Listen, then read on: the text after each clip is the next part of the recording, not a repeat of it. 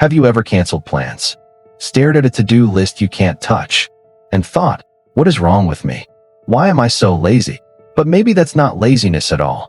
Today I'm breaking down 10 signs that what you're calling laziness is actually autistic burnout. And the last one is something almost nobody talks about, even in autism spaces. Let's get into it. Number 1. You want to do things, but your body won't move. This is the biggest difference between laziness and burnout. Laziness is not wanting to do something.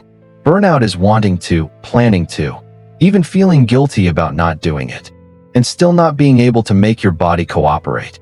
You're not avoiding the task. You're stuck outside of it. Like there's glass between you and your own intentions. That's not a motivation problem. That's a nervous system that's run out of fuel. Number 2. Rest doesn't actually restore you anymore. You sleep 8, 9, 10 hours, and you wake up just as drained as when you laid down. With ordinary tiredness, sleep fixes it. With autistic burnout, sleep barely touches it. Because what's depleted isn't just your body. It's the part of your brain that's been working overtime just to get through ordinary life. Masking, processing sensory input, code switching in conversations. None of that clocks out when you close your eyes. Number 3. Basic tasks suddenly feel impossible. Things you used to do without thinking. Replying to a text, making a phone call, unloading the dishwasher, now feel like climbing a mountain. This is often mistaken for laziness because, from the outside it looks like you're choosing not to do something easy. But burnout eats executive function first. The task hasn't gotten harder. Your capacity has gotten smaller. Number 4. You're more sensitive to everything. Light feels brighter. Sound feels louder. Textures that never bothered you start to feel unbearable. When you're in burnout, your sensory threshold drops. So things you used to tolerate now hit like a wall. And when you flinch at the kitchen light or snap at a noise, people call you dramatic. It's not drama. It's a nervous system with no buffer left. Number 5. You start losing skills you used to have. This one scares people. Words don't come out right. You forget how to do something you've done 100 times. Maybe you start stimmying more or stimmying in ways you used to hide. This is called autistic regression, and it's one of the clearest signs that this isn't laziness. Laziness doesn't take away your ability to speak fluently or remember your own routine. Burnout can. Number 6. You cancel plans and then feel relief, not guilt. If you're lazy, you might feel a little relieved and a little guilty.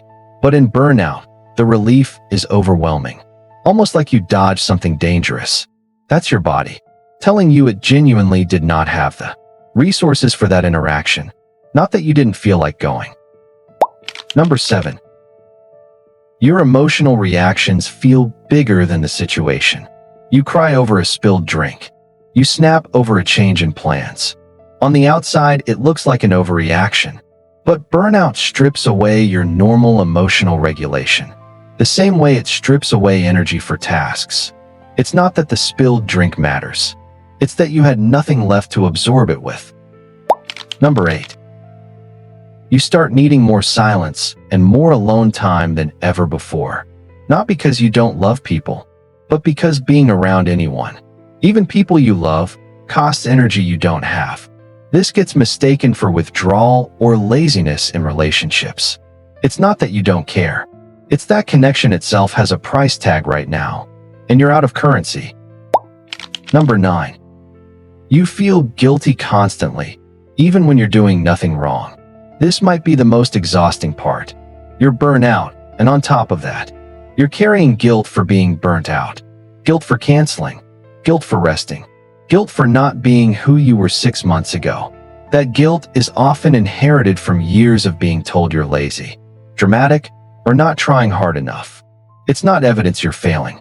It's evidence you've been masking for a long time. Number 10, and this is the one almost nobody talks about. Burnout can look identical to depression, and even professionals mix them up constantly.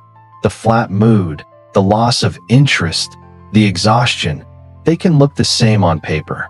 But autistic burnout has a specific cause. It comes from prolonged masking and sensory or social overload. And the fix isn't the same as the fix for depression. You don't heal autistic burnout by pushing through or forcing motivation. You heal it by removing the load that caused it in the first place. That's why so many autistic people get treated for depression for years and never actually get better, because no one's treating the actual cause. So if you read through this list and felt a little too seen, that's information, not an accident. Laziness is a character judgment. Burnout is a nervous system in overdraft. And once you know the difference, you stop treating yourself like someone who needs more discipline, and you start treating yourself like someone who needs recovery. If this described you, I'd love to know which one hit hardest.